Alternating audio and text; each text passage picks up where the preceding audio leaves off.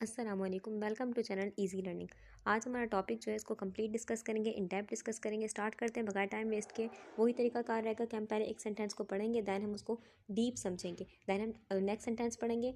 इसी तरीके से इंशाल्लाह आपका end of the video, end of the lecture आपका कोई भी ऐसा कॉन्सेप्ट नहीं होगा जो कि क्लियर ना हो। ठीक है, इंशाल्लाह स्टार्ट करते हैं।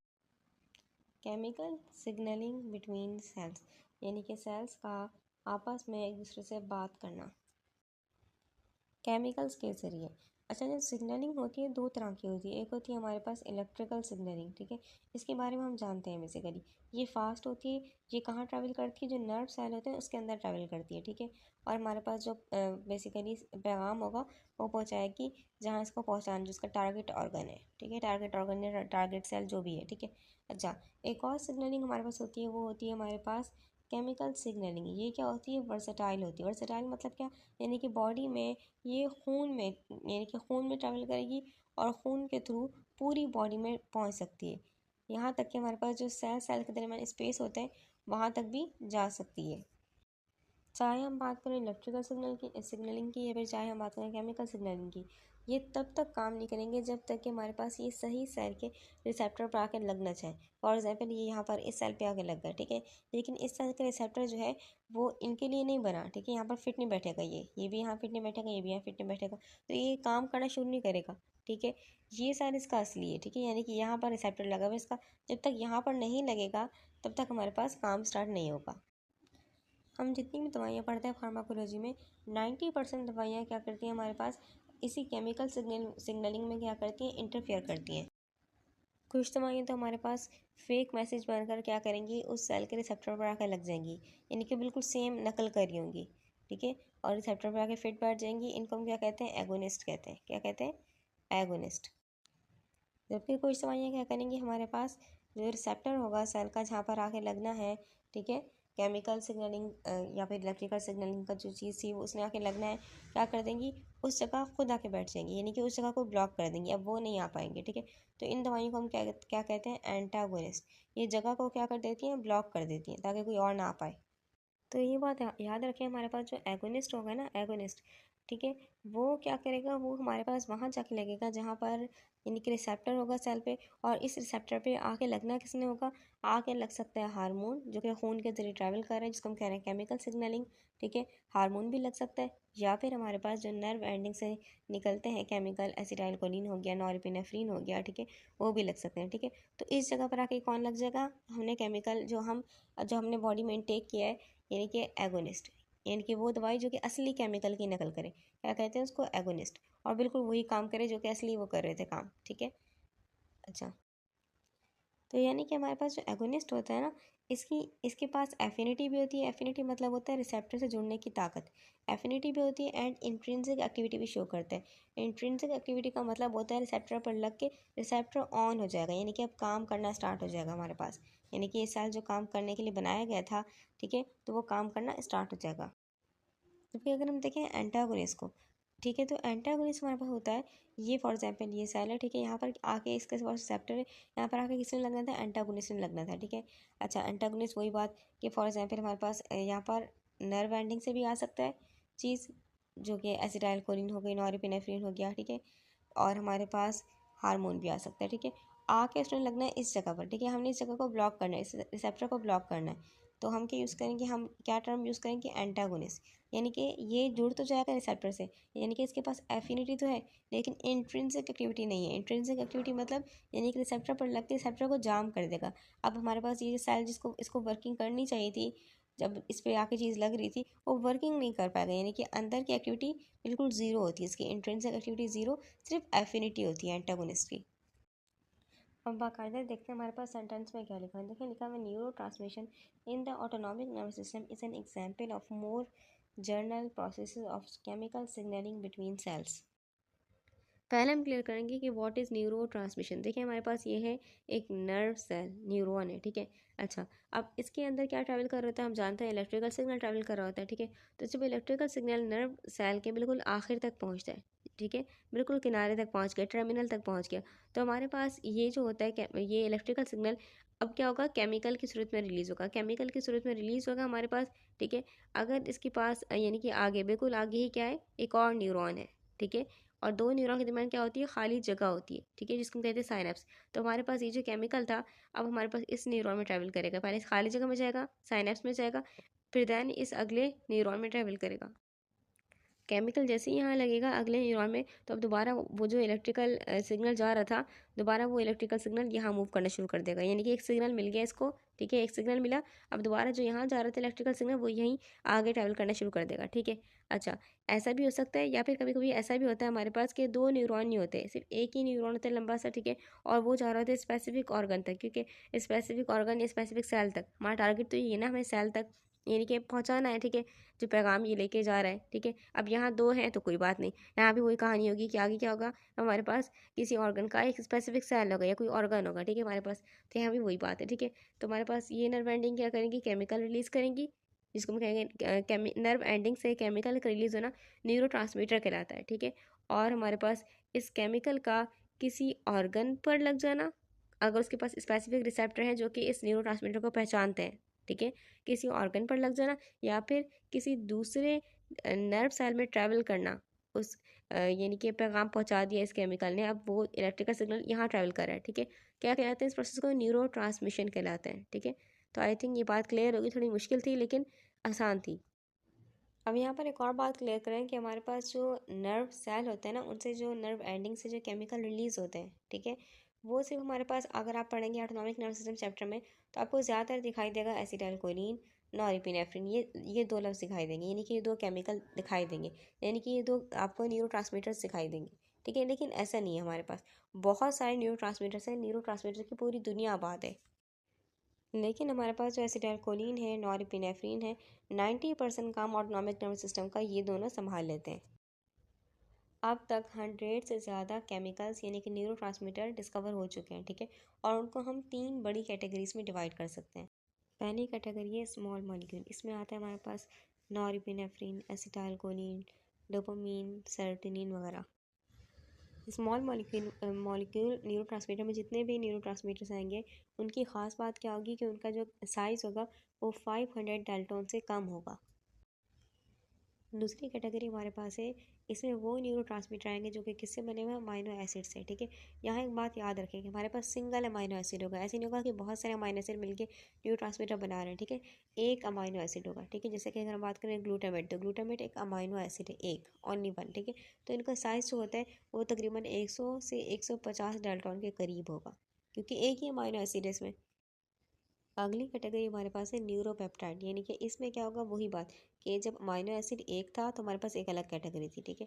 लेकिन अगर अमाइनो एसिड बहुत सारे मिल जाए, ठीक है, 2 मिल जाए या फिर 40 मिल जाए, यानी कि दो से ज़्यादा, 2 मिलने चाहिए कम से कम, ठीक है, और 2 से ज़्यादा जितने भी मिल जाए, ठीक है, तो वो किस कैटेगरी में चले जाएंगे, न्यूरोपेप्टाइड न्यूरो की कैटेगरी में चले जाएंगे, ठीक है।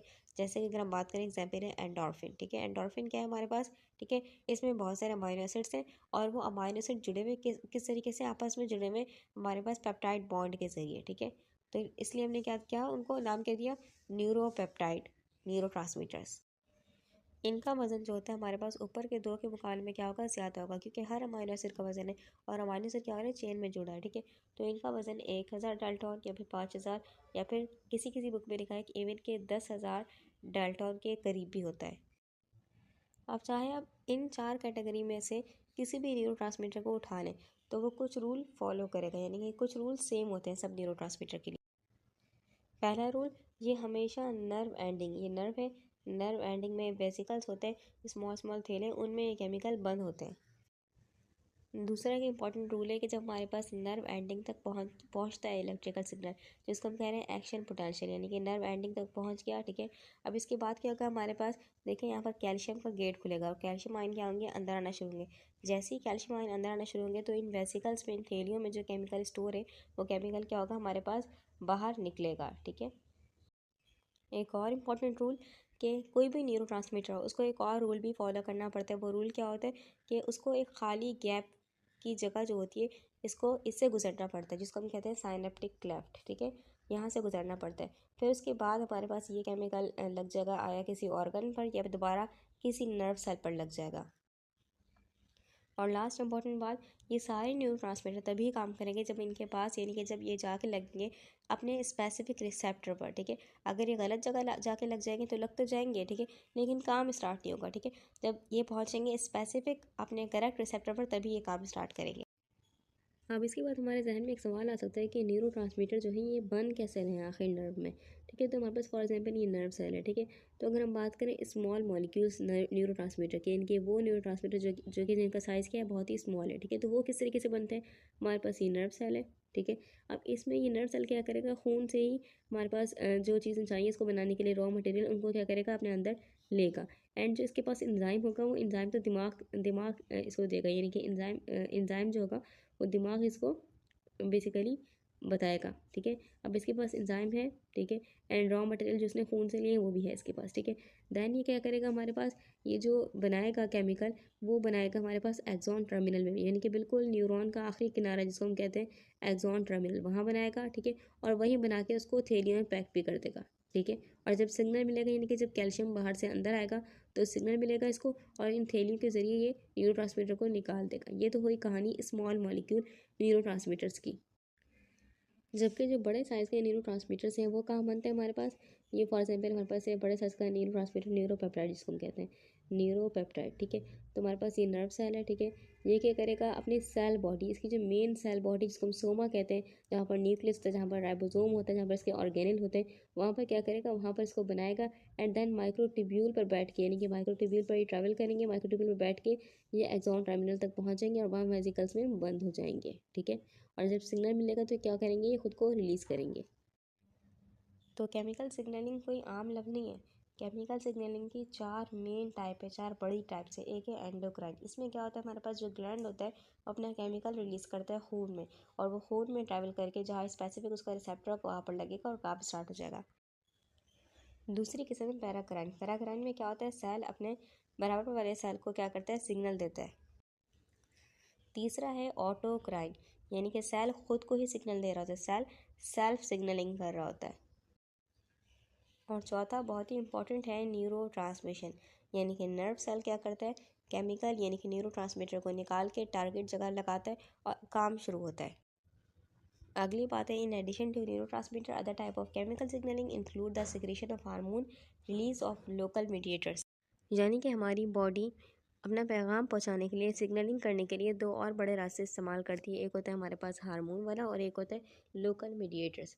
अब जो हार्मोन होता है हमारे पास, ये एंडोक्राइन ग्लैंड से रिलीज़ होते हैं और डायरेक्ट खून में ट्रैवल करते हैं। इनको हम बेसिकली ये भी बोल सकते हैं कि बेसिकली ये क्या है, लॉन्ग डिस्टेंस सिग्नलिंग करते हैं। लॉन्ग डिस्टेंस यानी कि खून के ज़रिए पूरी बॉडी में ट्रैवल करेंगे, पूरी बॉडी में, ठीक है। जहाँ जहाँ खून है, खून तो पूरी बॉडी में, तो ये खून के ज़रिए पूरी बॉडी में ट्रैवल करेंगे, लेकिन जहाँ इनका स्पेसिफिक रिसेप्टर होगा वहाँ पर ये काम करेंगे। यहाँ पर ये बात याद रखें कि हार्मोन जो हमारे पास है ये एंडोक्राइन ग्लैंड से निकल रही है, ये बात तो हम जानते हैं, लेकिन हमारे पास जो दिमाग में पिट्यूटरी ग्लैंड है ना, वो भी क्या करते हैं, वो भी हार्मोन रिलीज़ करते हैं। वो हार्मोन रिलीज़ होगा, ठीक है, हार्मोन रिलीज़ होगा, खून में जाएगा, देन स्पेसिफिक ग्लैंड के ऊपर जाएगा और वो ग्लैंड क्या करेगा, अपना केमिकल यानी कि अपना जो हार्मोन था उसको खून में रिलीज़ करेगा, ठीक है, ठीक है, जिसको हम कह रहे हैं हार्मोन। तो बेसिकली हमारे पास ये जो बॉडी में हार्मोन्स हैं इनके ऊपर भी क्या है, दिमाग का कंट्रोल है।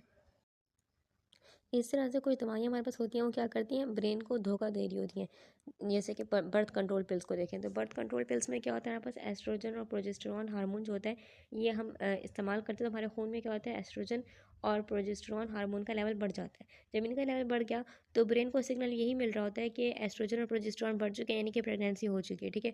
तो हमारे पास बेसिकली ये जो पिल्स होती हैं डायरेक्ट ब्रेन के उन सेंटर पर काम करती है जो कि रिप्रोडक्टिव सिस्टम को पूरा कंट्रोल करे, यानी कि रिप्रोडक्टिव प्रोसेस को कंट्रोल करे। तो उस सिस्टम को ये क्या कर देती हैं, ऑफ कर देती हैं। जैसे ही आप ये बर्थ कंट्रोल पिल लेना बंद करेंगे तब दोबारा हमारे पास इन हार्मोन का लेवल लो हो जाएगा, तब ब्रेन दोबारा काम करना शुरू करेगा, ठीक है। तो बेसिकली हमारे पास जैसे कि कहने का मतलब ये है कि कुछ दवाएं क्या करती हैं, ब्रेन को धोखा देती हैं कि दिखाती हैं कि खून में हार्मोन्स का लेवल हाई है, ठीक है, लेकिन ये असली हार्मोन नहीं है, बिल्कुल असली की तरह नहीं है, ठीक है। ये इनका स्ट्रक्चर थोड़ा मुख्तलिफ बनाया गया है ताकि जो लीवर है इनको आसानी से तोड़ ना सके, ठीक है। लेकिन वही बात हमारे पास, अब ये जो दवाई हम इससे दवाई ले रहे हैं, ठीक है, इससे खून में लेवल हाई रह रहा है, बोझ तो है बॉडी पर, ठीक है, क्योंकि एट द एंड इनको बॉडी से निकालना भी तो है, ठीक है। तो नुकसानात भी होते हैं और फ़ायदे दोनों होते हैं। अगली जो इम्पोर्टेंट बात लिखी है वो है लोकल मीडिएटर्स, इनको हम पैराक्राइन सिग्नलिंग भी कहते हैं। यानी कि ये सेल जो केमिकल रिलीज़ करेंगे, इस सेल के बाहर जो पानी होता है इसको हम कहते हैं एक्स्ट्रा सेलुलर फ्लूइड बेसिकली, ठीक है, फ्लूइड किस्म का होता है, तो वहाँ तक जाएगा और अपने बराबर वाले सेल जो होगा उसको सिग्नल देगा बस, ठीक है, ज़्यादा दूर नहीं जाएगा, ठीक है। जैसे कि अगर हम बात करें हमारे पास मच्छर ने जब मच्छर काटता है, ठीक है, तो क्या रिलीज़ होता है, सेल क्या रिलीज़ करता है, हिस्टामिन रिलीज़ करता है। हिस्टामिन अपने सेल के बाहर बाहर वाले एरिया में जाएगा, बिल्कुल थोड़ा सा अपने अड़ोस पड़ोस के जो सेल्स होंगे बस उनको सिग्नल देगा, ठीक है। तो इसीलिए हमारे पास सिर्फ उसी जगह जहाँ मच्छर ने काटा वहीं खारिश होती है, वहीं लाल हमें लाल लाल दिखाई देती है स्किन, ठीक है। पूरी बॉडी में ऐसा रिएक्शन नहीं होता।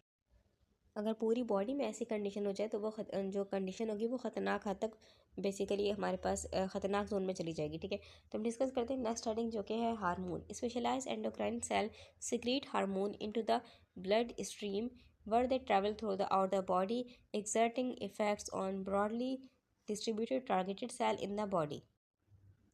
यहाँ पर लफ्ज़ इस्तेमाल हुआ है स्पेशलाइज। स्पेशलाइज का मतलब क्या है, यानी कि जो सेल्स हैं एंडोक्राइन सेल्स, ये स्पेशली तौर से बने हैं क्या बनाने के लिए, कुछ केमिकल बनाने के लिए। उन केमिकल्स को हम क्या करें, हार्मोन का नाम दे रहे हैं। यानी कि हमारी बॉडी में कुछ स्पेसिफिक पॉकेट्स हैं जो कि स्पेसिफिक जगहों पर होते हैं और वो क्या बनाते हैं, वो केमिकल बनाते हैं। उन केमिकल का नाम क्या होता है, एंड बेसिकली हार्मोन होता है, ठीक है।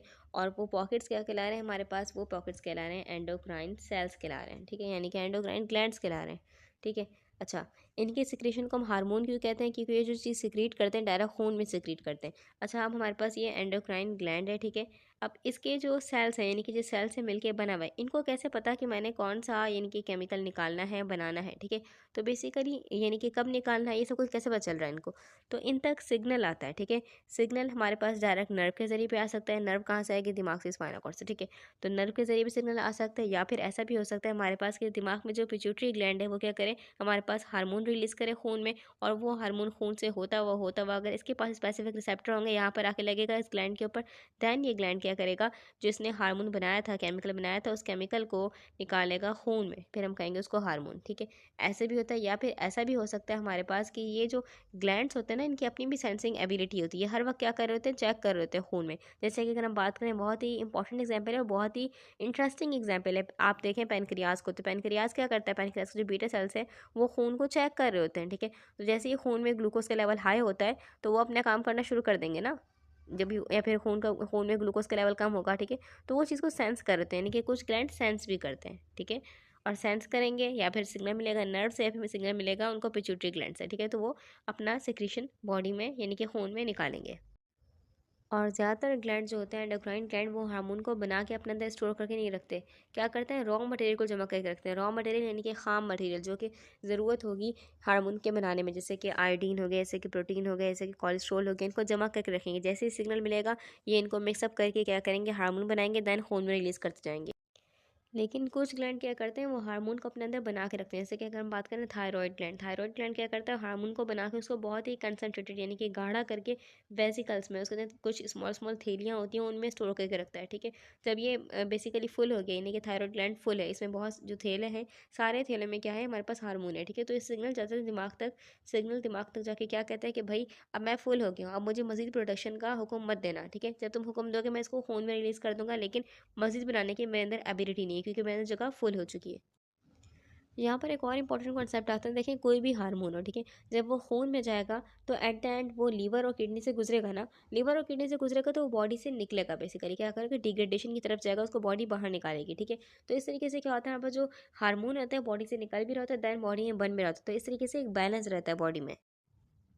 यहाँ पर एक और इंपॉर्टेंट कॉन्सेप्ट लिखा हुआ है कि हार्मोन जो होते हैं ब्रॉडली डिस्ट्रीब्यूटेड होते हैं। ब्रॉडली डिस्ट्रीब्यूटेड का मतलब कि जैसे कि फॉर एग्जांपल डर वाली कंडीशन थी, आपकी बॉडी से जो एड्रिनल ग्लैंड था उसमें से क्या निकला, एड्रिनलिन निकला, एड्रिनलिन, ठीक है। ये इमरजेंसी हार्मोन है, नहीं निकलेगा, खून में रिलीज होगा, तो जब खून से रिलीज होगा तो एट द टाइम जब खून में ट्रैवल करेगा तो जहाँ जहाँ इसके रिसेप्टर्स होंगे वहाँ वहाँ उन चीज़ों को एक्टिवेट कर जाएगा, ठीक है। जैसे कि अगर हम बात करें, हमारे पास ये क्या करेगा, सांस की नालियों को डायलेट कर देगा, ठीक है, हार्ट रेट को बढ़ा देगा, पीपल का साइज क्या कर देगा, यानी कि पीपल्स का साइज डायलेट कर देगा, ताकि खतरे को गौर से देख सके, ठीक है। तो एट द टाइम इसने बहुत सारे काम कर दिए, ठीक है, इसलिए हम कहते हैं ब्रॉडली डिस्ट्रीब्यूटेड। जिस तरीके से अगर हम बात करें, हमारे खून में जो ग्लूकोज है, ठीक है, वो कहाँ कहाँ जाएगी, वो मसल्स पे काम करेगी, लीवर के सेल्स पे काम करेगी, बाकी जो आँख के सेल्स हैं उनको तो नहीं चढ़ेगी ना, क्यों, क्योंकि वहाँ पर रिसेप्टर्स नहीं है उनके, ठीक है। तो हार्मोन्स ब्रॉडली डिस्ट्रीब्यूट होते हैं क्योंकि वो खून के जरिए ट्रैवल करते हैं, और जहाँ जहाँ उनको रिसेप्टर मिलेगा उनका वहाँ वो काम करना शुरू कर देंगे। लोकल मीडिएटर्स, लोकल का मतलब होता है करीबी, और मीडिएटर्स का मतलब होता है रास्ता बनाने वाला। यानी कि हमारे पास ये सिग्नलिंग जो होगी, ऐसा नहीं होगा कि सेल ने रिलीज़ किया और खून के ज़रिए पूरी बॉडी में ट्रैवल करेगा, नहीं। बस ये सेल जो रिलीज़ करेगा अपने इमीडिएट इन्वायरमेंट यानी कि इसके आसपास का जो माहौल है, यानी कि इसके सफ़र करने का जो वो होगा केमिकल का, वो सिर्फ कुछ माइक्रोमीटर यानी कि अगर इस सेल के बराबर में कोई सेल जुड़ा हुआ है तो उसको सिग्नल मिलेगा, या फिर हमारे पास अगर इस सेल के बिल्कुल हल्का सा दूर कोई और सेल है तो उसको सिग्नल मिल जाएगा, ठीक है। लेकिन काफ़ी दूर के माहौल में सिग्नल नहीं पहुँच पाएगा, इसलिए हम इन सिग्नल को क्या कहते हैं, लोकल मीडिएटर्स कहते हैं। इन केमिकल सिग्नलिंग की सबसे बड़ी खूबी बोलें, ख़ामी बोलें, ठीक है, ये है कि ये बहुत ही जल्दी ख़त्म हो जाता है, बहुत ही जल्दी। जैसे कि फॉर एग्जांपल इसने ये केमिकल रिलीज़ किया, एक सेल से इसने रिलीज़ किया, ठीक है। अब इसका ये जो केमिकल था ये इसके एक्स्ट्रा सेलुलर फ्लूइड यानी कि सेल के बाहर जो हल्का हल्का पानी था वहाँ तक जाएगा, ठीक है। और फिर सिग्नल देगा हमारे पास नेक्स्ट सेल को, ठीक है। ये बराबर वाले सेल को सिग्नल देगा, यानी कि कुछ माइक्रोमीटर जो तक के जो सेल्स हैं उनको सिग्नल देगा, कुछ माइक्रोमीटर करीब के जो सेल्स हैं, ठीक है, उनको सिग्नल मिलेगा। जैसे ही हमारे पास रिसेप्टर पे लगेगा, ठीक है, रिसेप्टर पे लग गया, अगर रिसेप्टर इसको पहचानता होगा, ठीक है, तो फ़ौरन से काम करना शुरू कर देगा, ठीक है। यहाँ भी रिसेप्टर पे लगा, ठीक है, अगर पहचानता होगा तो काम करना शुरू कर देगा जिस काम के लिए भेजा गया है, ठीक है। अच्छा, हमारे पास फ़ौरन ही इस इंटरस्टिशियल फ्लूइड में क्या होते हैं, कुछ एंजाइम घूम रहे होते हैं, हर वक्त घूम रहे होते हैं। जैसे कि अगर हम बात करें, हमारे पास हिस्टामिनेस हो गया, हिस्टामिनेस एंजाइम का नाम है, हिस्टामिनेस, ठीक है। इस तरीके से प्रोस्टाग्लैंडिन डिहाइड्रोजिनेस हो गया। ये एंजाइम क्या होता है, ये एंजाइम फ़ौरन से जैसे ही यहाँ पर लगा, ठीक है, फ़ौरन से क्या कर देंगे, इस केमिकल को कट कर देंगी, यानी कि ख़राब कर देंगी। अब हमारे पास इस केमिकल का असर ख़त्म, यानी कि जैसे ही लगा रिसेप्टर पर वैसे ही इसको ख़त्म कर दिया गया। एक तरीका नहीं है, कई तरीके हैं हमारे पास। एक और तरीका ये भी है कि फॉर एग्जाम्पल इस सेल ने क्या किया, वही लोकल मीडिएटर्स निकाले, केमिकल्स निकाले, सिग्नल दे दिया, ठीक है, यहाँ पर लग गया रिसेप्टर पे। फ़ौरन से क्या करेगा, इसने निकाला था यही दोबारा क्या कर लेगा, अपने अंदर इसको खींच लेगा, यानी कि रीअपटेक कर लेगा, ठीक है। ये बेसिकली बॉडी का अपना तरीका है ताकि कोई केमिकल फालतू खून में ना पड़ा रहा है, फालतू बॉडी में ना पड़ा रहा है, यानी कि दोबारा इसको अपने अंदर कर लेगा। या फिर हमारे पास जहाँ पर लगा था, जिस सेल के रिसेप्टर पर, वो क्या करेगा, वो इस केमिकल को अपने अंदर खींच लेगा, यानी कि ये अब रीअपटेक कर लेगा, या फिर जहाँ से निकला था वो रीअपटेक कर लेगा, ठीक है। जबकि कुछ लोकल मीडिएटर्स वो बाय बर्थ ही बहुत ही कमज़ोर होते हैं। जैसे कि अगर हम बात करें नाइट्रिक ऑक्साइड की, ठीक है, नाइट्रिक ऑक्साइड रिलीज़ हुआ तो हमारे पास जो खून में पानी होगा, ठीक है, उसके क्रिएट करेगा, फ़ौरन से क्या हो जाएगा, फ़ौरन से अनस्टेबल, यानी कि बिल्कुल थोड़ी देर के लिए एक्टिव होता है, बिल्कुल थोड़ी देर के बाद दोबारा वो अनस्टेबल हो जाएगा, यानी कि उसकी हाफ लाइफ बहुत ही कम होती है।